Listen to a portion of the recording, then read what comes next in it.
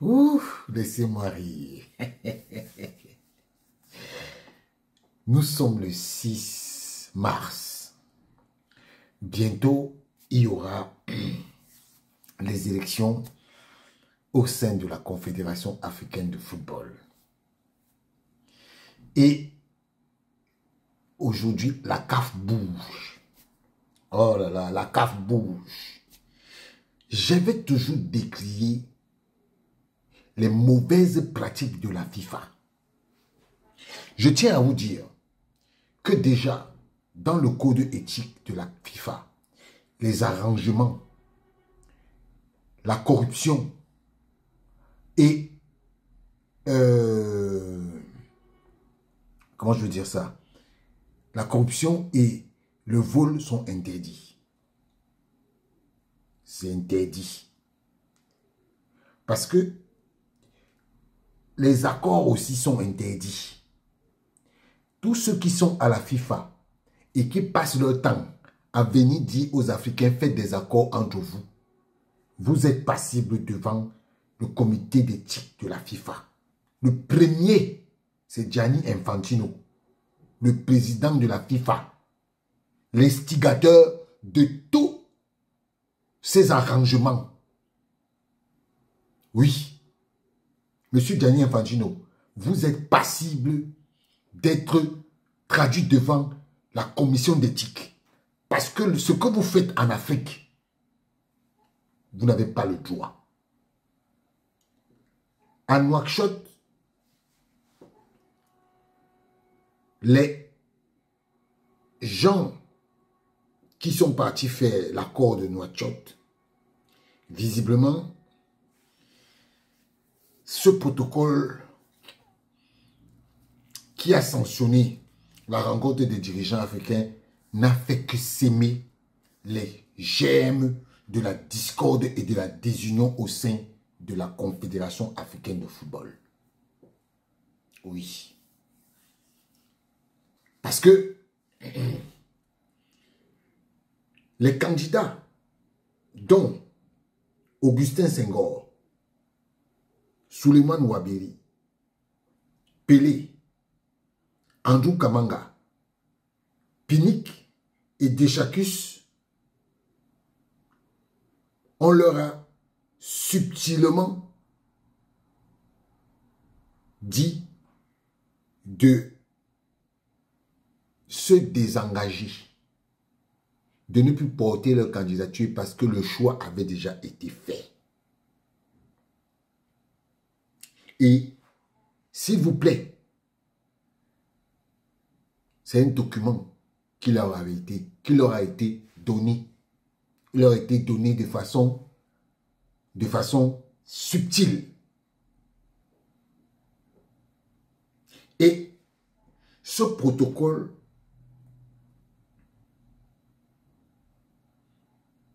a été un échec. Parce que ils se sont permis de procéder au choix final de ceux qui devaient être candidats et qui devaient passer. Et je vais vous lire un petit article que Bakary Cissé a fait. Il dit, en effet, le fameux protocole a non seulement trouvé le moyen, il dit que un coup fourré contre certains candidats, dont Augustin Senghor du Sénégal, Ouaberi de Djibouti, Pelé du Niger, Kamanga du Zambie, Pinnick du Nigeria et Deschacus du Bénin, était subtilement dissimulé entre les lignes de ce document attribué aux sages africains présents dans la capitale mauritanienne. En effet, le fameux protocole a non seulement trouvé le moyen de trier, mais il s'est permis de procéder à un choix final en attribuant des places à certains candidats, mais en livrant du coup d'autres à la rude compétition juste pour une place. Les raisons de cette sélection sont inconnues et les critères plutôt à chercher ailleurs que dans les profils appropriés et aptes à accéder au conseil de la FIFA. Triste constat car le moment était plutôt propice à un bon profilage et à un choix équitable et juste pour donner la chance à tous d'être au même niveau afin d'avoir une représentation africaine de qualité.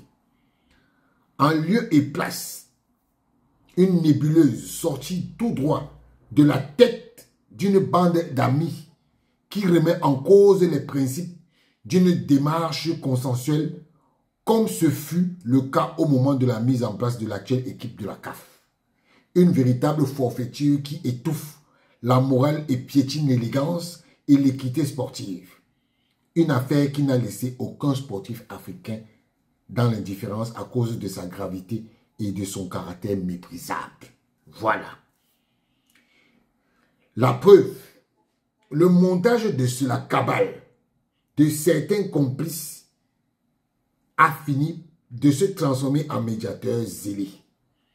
C'est le cas de Gelson Fernandez du Cap-Vert et de Ahmed Yahya de Mauritanie. Leur tâche, convaincre Augustin Senghor et Pelé, le président de la Fédération nigérienne de football, d'accepter le coup et de se conformer à ce qui venait de se passer à Nouakchott sous la houlette de Fouzi Lekja.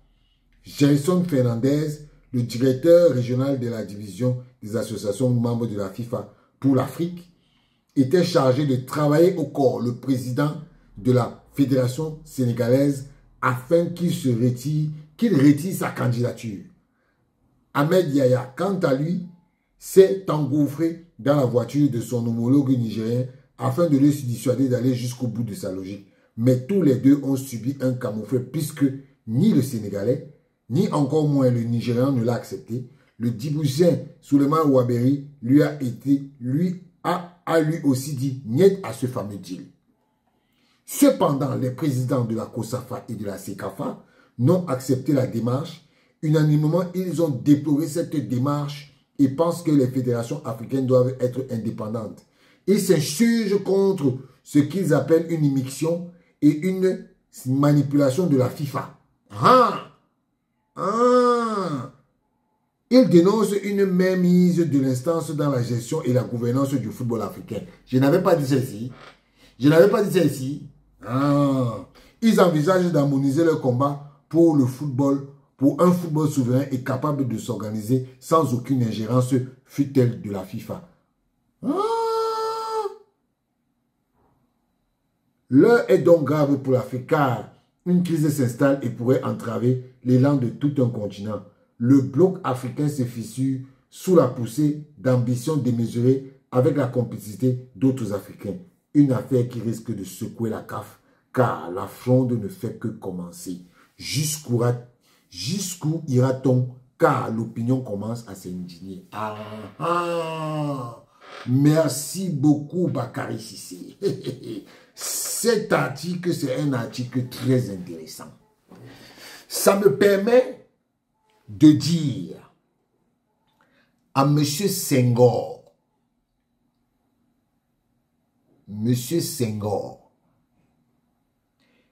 je vous avais déjà dit que c'est vous qui êtes responsable de tout ce qui est actuellement à la CAF.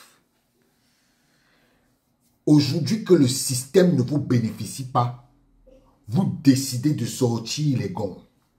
Monsieur Senghor, vous, Gianni Infantino va s'occuper de vous.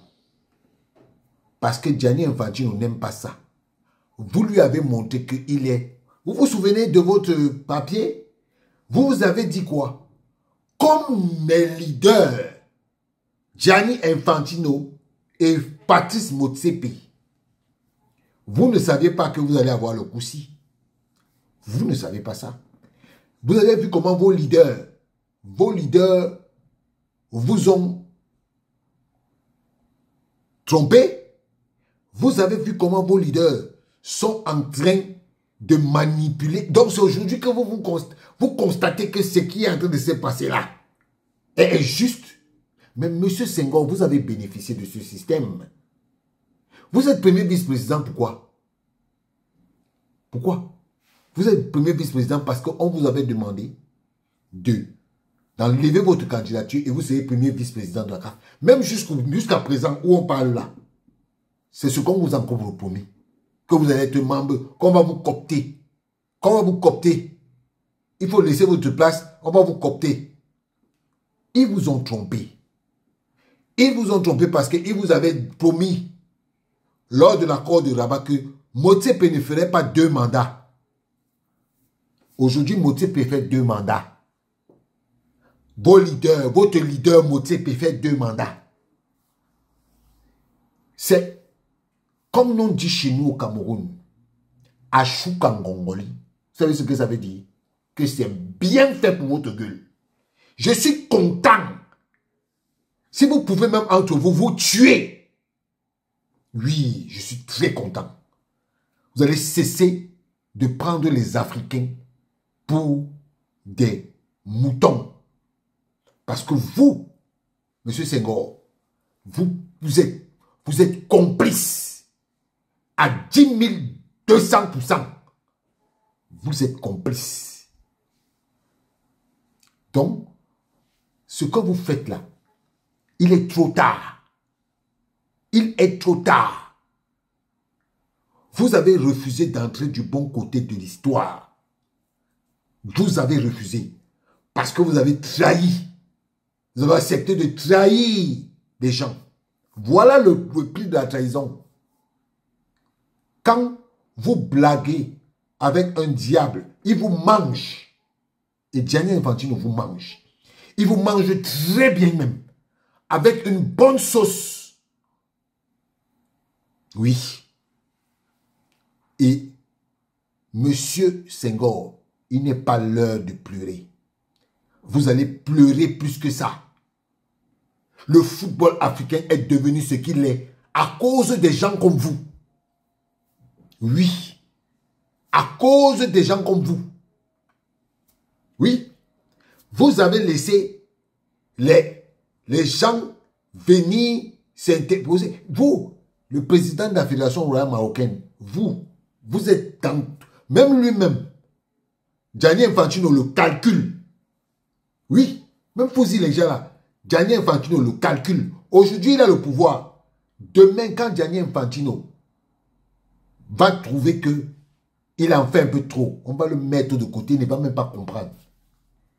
Je vous dis que ce monsieur, il a tué Platini en le regardant dans les yeux. Ce n'est pas vous qui va lâcher. Gianni Infantino n'a pas d'amis. Il n'a que des intérêts. Il est comme un pays. Il est comme un pays. Les pays n'ont pas d'amis. Ils n'ont que des intérêts. Donc, aujourd'hui, vous avez intérêt à faire tomber Gianni Infantino. C'est vous qui devez faire tomber Gianni Infantino. Comment vous êtes 54 pays, comment vous êtes 54 présidents de fédération et vous êtes incapable de tuer Gianni Infantino, de faire partie de Gianni Infantino, au point où c'est lui qui vient vous dire ce que vous devez faire dans votre confédération. Et aujourd'hui, c'est vous qui pleurez. Mais bien fait pour votre gueule. C'est le début. Et en 2027, c'est vous qui allez aller élire Gianni Infantino. Parce que vous l'avez appelé votre leader. Monsieur, votre leader là, il vous a montré que il va vous piétiner. Tant que vous ne le mettez pas hors d'état de nuit, il va vous piétiner. C'est vous qui avez permis ça. Aujourd'hui, vous n'aurez que pour vos yeux pour pleurer. Vous avez vu ce qu'il a fait à Fatma Samoura. Vous avez vu ce que Gianni Infantino a fait à Fatma Samoura. Il a mis hors d'état de nuit. Aujourd'hui, on n'entend plus parler d'elle. Prenez l'exemple de Fatma Samoura pour comprendre. Si vous ne comprenez pas, vous allez...